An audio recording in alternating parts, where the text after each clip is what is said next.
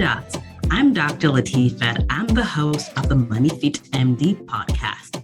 This is where we help badass women physicians just like you learn simple and effective tools to build wealth from the inside out. That way, we can create wealth and bigger impact without all the burnout. Enjoy the episode.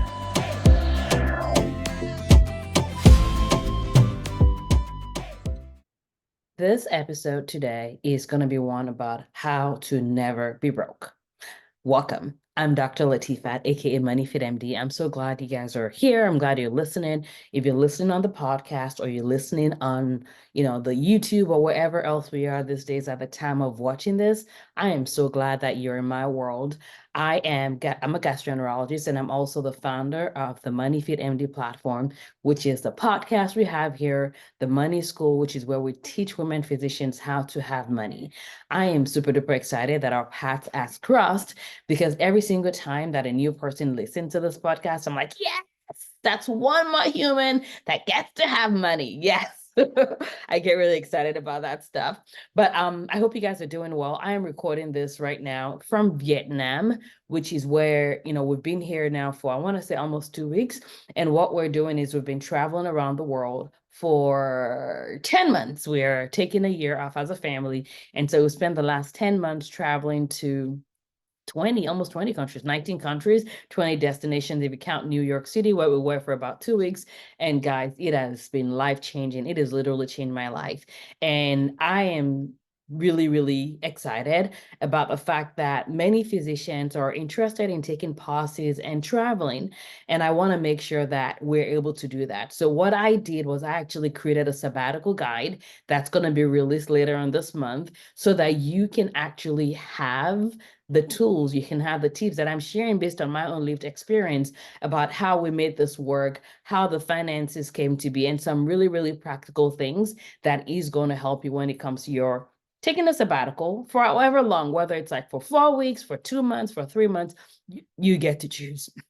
One of our physicians just came back from a 3-month sabbatical where she was traveling to Nepal for about 3 months. She got to connect again with family members, with siblings, and just do things that enriches her life. So I think that this is a healthy part that we need to be promoting more. And so whatever I can do in order to help that. So, we created the sabbatical guide, which is coming out later on this month, actually. So be on the lookout for that.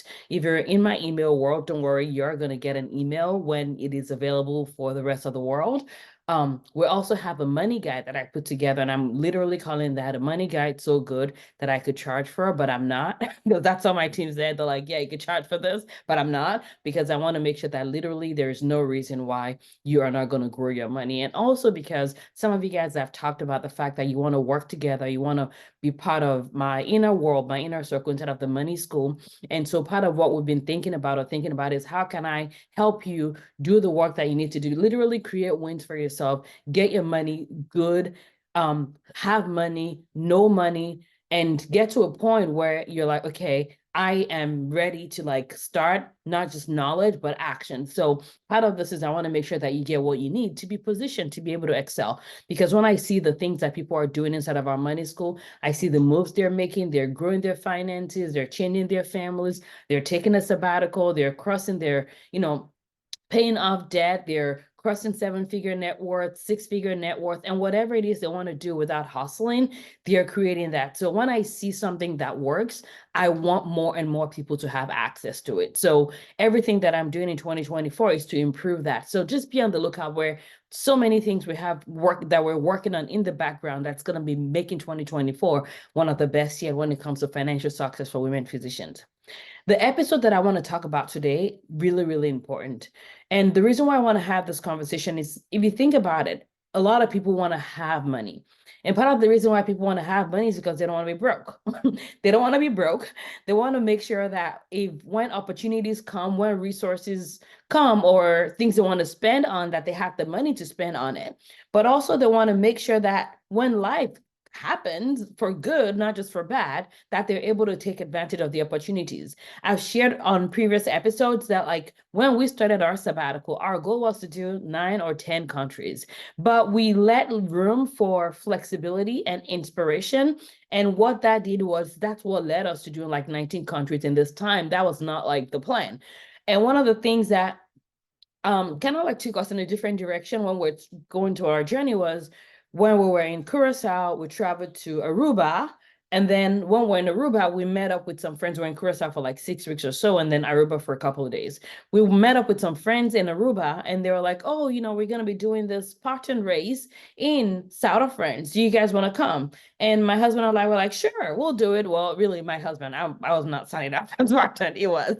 So we ended up going to South of France. I mean, we were going to go to France and we did, but like the southern part of it was not where we had planned on going. So what we did was we searched and we found out that Switzerland airport was about the same, was like close to the area actually. So instead of flying into France, we flew into Switzerland and we were in Switzerland, I want to say maybe like 5 or 6 days, but part of that we drove to the south of France.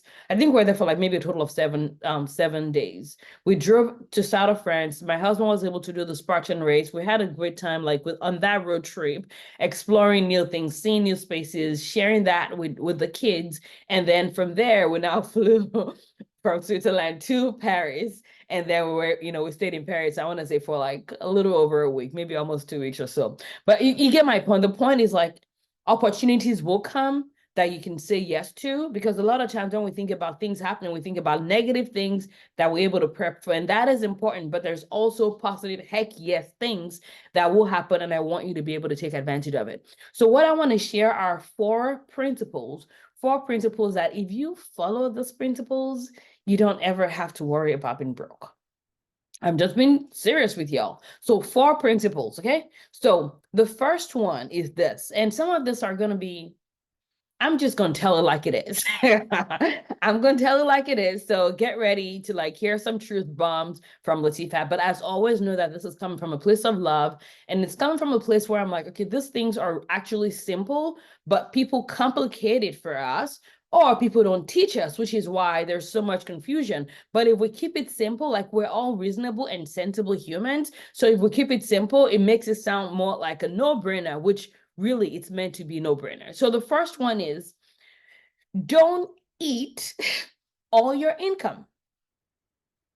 Don't eat all your income. Like look at what you're earning and don't eat all of it, period. Like look at the simplicity of that. So what I mean by that is when you get your income from whether you're doing clinical or not clinical consulting, what can you do to not eat all of it? Because what happens is the way that our culture is built, the way financial education is, the way the system is built, it is grooming us to live paycheck to paycheck. So if you follow traditional way that system we've all been groomed, to be honest with you, it leads us to waiting for the next paycheck, like, whoo, hallelujah, the next paycheck, hallelujah, the next paycheck, right? But in order to live an extraordinary life, in order to have the money and life that you want, you're going to have to unsubscribe from that. And so what I mean is not eating all of your income, meaning that when you earn, don't eat everything. And when I say eat, like spending on everyday life, right? A lot of times when people will tell me, it's like, Latifah, but you don't understand. We live in a high whatever state. Like I do too, right? But part of it is there is an expectation that we have for what we think that we should be like, or life should be like, or life should look like. And sometimes it's not even our expectation. It's like culture expectation. I remember like when I finished fellowship, like nobody asked me what assets I was going to buy. Nobody asked me if I was going to be maxing out any retirement or investing outside of retirement. The question I was being asked is, so what house are you going to buy? The question I was been asking, so what purse are you going to buy, right? And imagine if I leaned into that, then I am going to be taking in the expectation that other people have of what a doctor should look like, act like, spend like, drive, the zip code a doctor should live in. And if I'm taking that into my own life, then what is going to end up happening is I will start eating all of my income And then I'm going to start saying it's because I live in California, when it's not because I live in California only, even though I hate our taxes here. It's literally because no one is teaching us to be aware and more sensitive to the fact that we are actually eating all of our income. So whatever you need to do to not eat all of your income is what you need to do. So that may require you changing your expectation of your income. That may affect you changing what you're eating, right? It is so, so important to make sure that you're not eating all of your income. And no judgment, no shaming. If you've been doing that, it's now time to become more aware and go, what the heck am I doing? I was speaking with a physician recently who was, primary breadwinner in her family. And she was worried because she's like, I earned this amount. I am in a traditionally low paying field. And what she was earning was actually not subjectively not low. And she said, I am worried that we're not going to be able to meet our investment goals and invest because I'm a primary breadwinner. And when this physician was kind enough to share what they earned, I found, or both of us realized that she actually was earning, even as the solo earner in those particular years, she was earning more than like my take home plus my husband's take home from our clinical income. And that shook her because she was like, so it really isn't just about what we earning, is it? I'm like, who the truth. It is not. It comes down to how we're managing what we earn. Because don't get me wrong, I want us to earn a lot. I want us to earn as much as you want. I was literally telling my friends recently that I'm gonna, in my lifetime, by God's grace, I'm gonna earn a ridiculous amount of money, because not because I want to use it for anything in particular, but because I have the capacity and I choose to be a vessel through which money flows so that I can be the conduit through which so many lives can get blessed, so many changes can happen, impact can get made. Because in my opinion, money in the hands of women physicians, money flowing through women physicians, is a great thing for the world. So don't eat all you earn, whether that's in your business, whether that's in your personal finance. Don't eat all you earn. And I'm not talking about assets here. I'm talking about eating, because like eating as in like things that don't increase in value, your liabilities and all. Don't eat all you earn. That's it, right? So that's principle number one. If you eat all you earn, then don't be surprised when you have nothing left, right? Right? And sometimes you just got to curb our appetite, right? Sometimes we need to make sure we're spending our calories, we're spending our money in the places that we want to, right? And this is not about like being cheap or frugal. I don't do any of that stuff. I just believe in being conscious consumer, if that makes sense. Okay. And then the number two thing that I want to make sure we talk about is plant seeds first. So one of the things that I talk to women physicians in our community is, when I'm thinking about money and short-term goals and long-term goals, the way that I think about it is, am I preparing for Latifat in a year from now?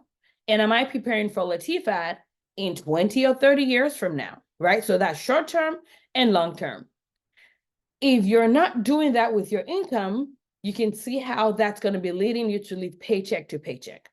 So one of the things that I'm going to suggest to you in that regard is something that we do as a culture. So it's funny, when we had my daughter had a birthday. I mean, I have three girls, and one of the birthdays that we had in the past, I remember one of my friends who is, she's African American.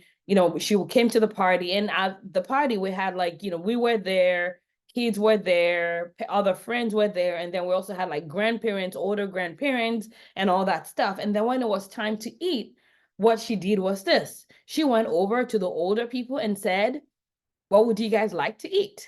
Right? And I was like, that's awesome, because traditionally in our culture, in a Nigerian culture, that's what we do as well. Elders eat first. We take care of our elders. Like if you're at a party, if you're at someone's house, like the elders eat first. That's what we do. So when it comes to like planting seeds, which means what you're doing with your income, I want you to think that elders should eat first. And who is the elder in you right now? The elder is you in 20 to 30 years from now. So prepare for your elders first. Prepare for Latifat plus 30 years first, meaning that I have to plant seeds that is going to help the elderly version of myself have resources to use to live the life they want, to continue to create the impact. And in fact, if you have not listened to the episode that I did about the purpose of money, I highly, highly recommend that you go ahead and listen to that, because it tells you my thought about what the point of money is. And that's not just a point of money for me now, it's a point of money for me in the future. So what I'm doing is I am making sure that the elder part of my life, that's Latifah in future, is provided for by planting seeds. Of course, the elder part of my life wants me to also be fine. So it's not like all or nothing, it's both. But what ends up happening is we're catering to the younger version of ourselves, but we're not preparing for Latifah elder to be fed. We're not preparing for Latifah elder to be able to have money, to be able to give, because giving gives her life. Giving gives her joy. And I want to make sure that she has the tools she needs to be able to give at the capacity that she wants to give. So I'm preparing that for her as well. Are you guys with me? So making sure that you're planting new seeds, you're taking whatever it is you're earning from wherever you're earning, and you're planting seeds that's going to fuel the elder first, right? So that's investing first. One of my clients would say, like, pay your ASS first, like pay your future self first, right? And the reason why is this: the natural path, the normal path is most of us, 99% of us, are going to expand our spending and our consumption to how our money expands. So when you're having increased income, most times what ends up happening is most of us are actually going to end up spending more. And if you don't think that's the case, my question is, why were you earning 60 grand as a resident and 250 or 400,000 as an attending, and you don't have more assets, and your net worth is not growing like it should be growing? You don't feel like the richness that you expect that you should have. So that should tell you by now that it's not just about you having that pay raise only, it's now how you're using it. So make sure you're investing first and paying and preparing for elder Latifah first, and letting the younger version of you spend the rest. And again, it doesn't have to be 0 to 100. It could be a gradual thing if you've never done this before, but making sure that you're planting seeds. And if you're someone that you've been doing this, then maybe it's time to plant new seeds, right? Time to plant new seeds. Maybe you already have 5 doors. It's time to do even more, right? All those things are important as long as it's in line with the plan that you have. If you already have planned an elder Latifah or elder you is fine, then that's good. But if not, then it's time for us to change what we're doing. All right. So number 3 principle is this. And this part is super duper important. This part, if you break this number 3 principle, it is why you may have for a short term, but not have for the long term. And what that number 3 thing is this. So number 1 was you wanted to make sure you did not eat all your income, right? So you don't eat all the seeds you got. You got to plant some. So number 2 is you plant the seeds. Number 3 is when the first round of seeds you planted that's now becoming trees starts to sprout, do not eat all of the fruits. I'm going to repeat that. When the first tree is blooming and now giving you fruits, and I know I'm using like gardening analogies, but it just makes sense to me. But when that first round of fruits are blooming, do not eat all. You can eat some, but do not eat all of the fruit. What you're meant to do is take those fruits and plant them again into seeds. That's what you do. That's how you accelerate your growth. Because what I see is people start, they plant the, first they, now they're like good with the first step that I talked about. They're good with the second step. And then as the tree is starting to sprout anything, they now are quick to start eating that and finishing that. And what that ends up doing is they undo part of the benefit that the work that they've been doing should be getting them. And for you, if you invest in stock market, that may mean the dividends. Like if you can take the dividends and invest it back, why not? If your real estate is cash flowing for you, if you still have your clinical income, which I recommend, I think it's smart to have your clinical income in a way that makes sense for your life, what you're not overworking and grinding to pieces. But why not take the cash flow from your real estate, and instead of you eating that now, why not let that accumulate so that you can start to use that to even plant more trees? That's I mean, I love it when my investments make me babies, but I love it even more when those babies make me babies, right? Babies make more babies. And I got grandkids from investment. And what that means is that I will not run dry. And the same will go for you. But the mistake that I see people do is they're eating a little bit too early. They're consuming too early and they're not planting enough seeds the first round, or when the tree starts to grow and give them fruits, they're eating all of it without replanting and re-harvesting or replanting, excuse me. And to be honest with you, like when I talk to my friends that are, doing well, that are successful, that part is important. That's what people do. Like when it comes to real estate, you may have heard of like the Burr method, right? Where people may buy a property, fix it up, force the appreciation of the property, do a cash out refi, and then plant that again and reinvest that money and do it over again, do it over again, do it. That's like the momentum of money, right? But if you start eating the fruits too early and you consume the entire fruit, you're going to slow down the momentum that your money could do. What your money could be making money, making more money, making more money. And now you're enjoying, like you are now the first generation of wealth because now all your money is made money that's making money, and now that is now feeding you. Does that make sense? And then the last but not the least, number 4 is practice the art of enough consumption, right? And the reason why I say that is because if you look at what we consume because we think it's going to give us joy. It's going to make us like, it's going to give us this dopamine. It's going to get us excited. It's going to give us fulfillment. What I found is this: there is a peak to how much incremental enjoyment or incremental joy you're going to get from just consuming more, right? It's like if you eat ice cream, the ice cream can be delicious, but if you eat like 2 pints of ice cream, you're not going to enjoy at that point. So there's something about increasing the longevity of your enjoyment by intentional consumption, right? And so that is by practicing this enoughness. And another way that I talk to people about this is, you may have heard me say, the less you need, the more you will have, right? And so the consumption is because when a lot of times society has taught us and made us think that we need to like have all these needs and everything feels like a need. So it's all attached to our nervous system, where if we don't have it, we don't feel well, we don't feel good, right? And so what ends up happening is like, when you think you need so much, you're like, I have to have all that. But when you decrease what you need and instead you have wants, the wants are optional. You're like, if I have it, I'm good. If I don't have it, I'm good. So I'm good no matter what. So this art of like intentional enoughness when it comes to consumption doesn't mean you're not going to grow your net worth. No, I already told you, like, I like literally, guys, I'm not joking. Like the amount of money that is going to flow through me, right? And I say flow through me because I don't believe in hoarding. I believe in being a conduit of that so that I can be a blessing to the world, those around me, and all that stuff. But the amount is going to be mind-boggling to my past self. So I'm not saying enough consumption, meaning that don't grow, right?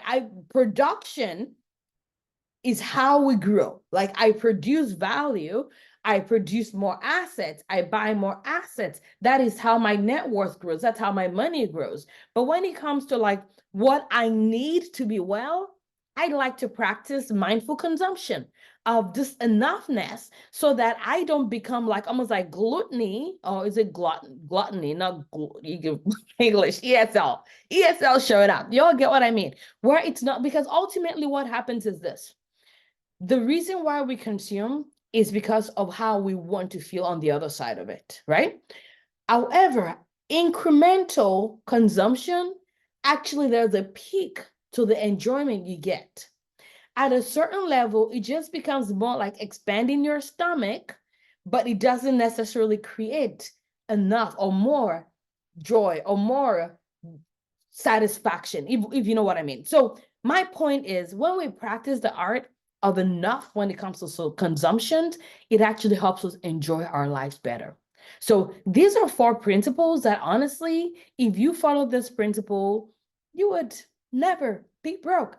ever. Like, and so you will not live your life worrying about being broke because you're like, I'm good. And you keep practicing this, it changes everything. It changes everything. So my question and my challenge for you though is this. If you're listening at this point, if you've listened to this episode so far, that means that you get some of this, and you may need to listen more than one time so that you can truly get it.